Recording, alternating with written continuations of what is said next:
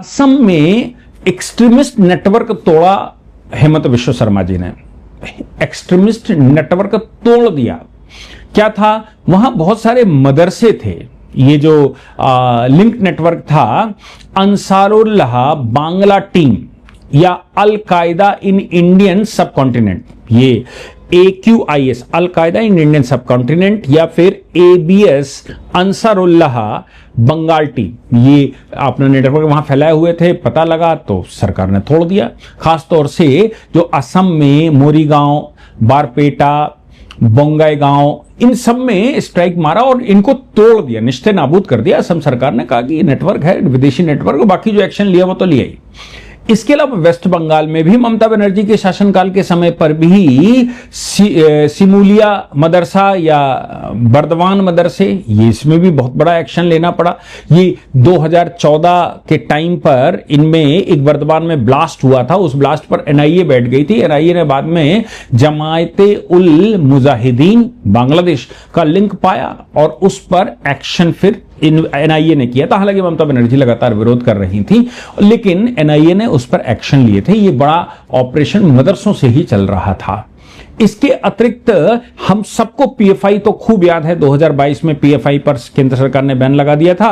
NIA और ED उसमें काम कर रही थी और पॉपुलर फ्रंट ऑफ इंडिया, वो जो सिमी का नेटवर्क था, उस नेटवर्क का इस्तेमाल कर रहा था, मदरसों का इस्तेमाल कर रहा था, रिलीजियस इंस्टीट्यूशंस का इस्तेमाल कर रहा था। आप सोचिए कि ऐसे भारतवर्ष में कई एक लूज पोल्स हैं जो रिलीजियस स्थानों का इस्तेमाल करके टेररिज्म फैलाते हैं। अब वो कहते हैं इसको टेररिस्ट नहीं कहना चाहिए, ये टेररिज्म है ही नहीं, हम तो इस्लाम की रक्षा कर रहे हैं, इस्लाम खतरे में है, तो ये वो दुनिया भर की फालतू की बातें करते हैं। हालांकि भारत में नेशनल सिक्योरिटी को लेकर FCRA, PMLA और UAPA, PMLA में अरविंद केजरीवाल फंसे हुए हैं, बहुत सारे लोग UAPA में फंसे हुए हैं, FCRA में फंसे। ये कानून ऐसे हैं जो ये पता करते हैं कि मनी लॉन्ड्रिंग भारत में कैसे हो रही है, अनलॉफुल एक्टिविटी प्रिवेंशन एक्ट के तहत फंडिंग कैसे है और FCRA के फंडिंग, ये सिक्योरिटी कंसर्न है भारत के।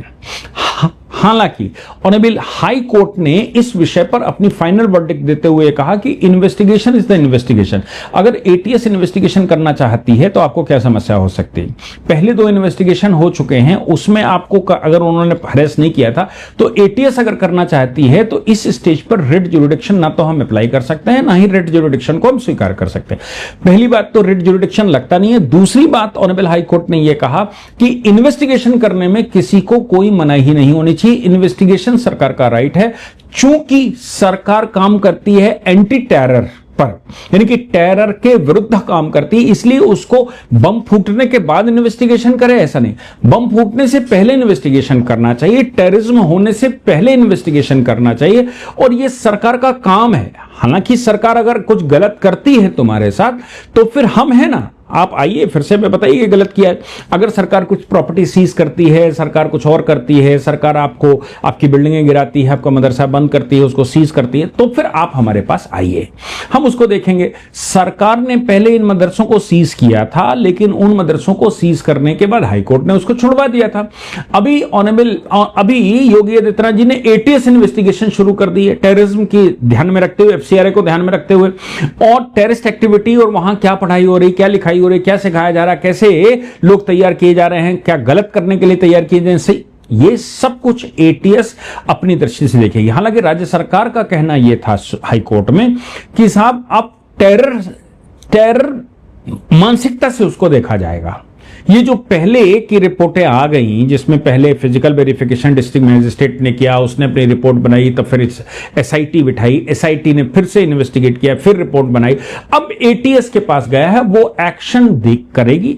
अगर ऐसा कुछ पाया जाता है तो फिर उत्तर प्रदेश में, कम से कम उत्तर प्रदेश में किसी मदरसे के थ्रू कोई फंडिंग नहीं हो सकती। पत्थरबाजी जो होती है, जो मदरसों के थ्रू मस्जिद में पत्थरबाजी होती है, मस्जिद से पत्थरबाजी होती है और तमाम तरह के वो लिए जाते हैं, उन सब पर राज्य सरकार कम से कम फंडिंग वाला एंगल ढूंढ लेगी, फंडिंग नहीं होने देगी। मैं समझता हूं कि उत्तर प्रदेश ने जो निर्णय लिया या उत्तर प्रदेश जो कर रहा है, ये तो सभी राज्यों को करना चाहिए। भारतवर्ष के प्रत्येक राज्य की दायित्व बनता है कि वो इस पर एक्शन ले और इस तरह से एटीएस वगैरह बिठाकर सभी मदरसों, मैं कहता हूं मंदिरों को भी, मंदिरों को सब जितने धार्मिक स्थल है चर्च सहित, उन सब पर उनकी फंडिंग की व्यवस्था देखनी चाहिए कि भाई आखिर आता कहां से और ये इस्तेमाल कहां करते हैं। तो मैं समझता हूं कि देश में अमन चैन के लिए अच्छा है और लॉ एंड ऑर्डर इसी को कहते हैं। योगी आदित्यनाथ जी को सलाम करना चाहिए, सैल्यूट करना चाहिए।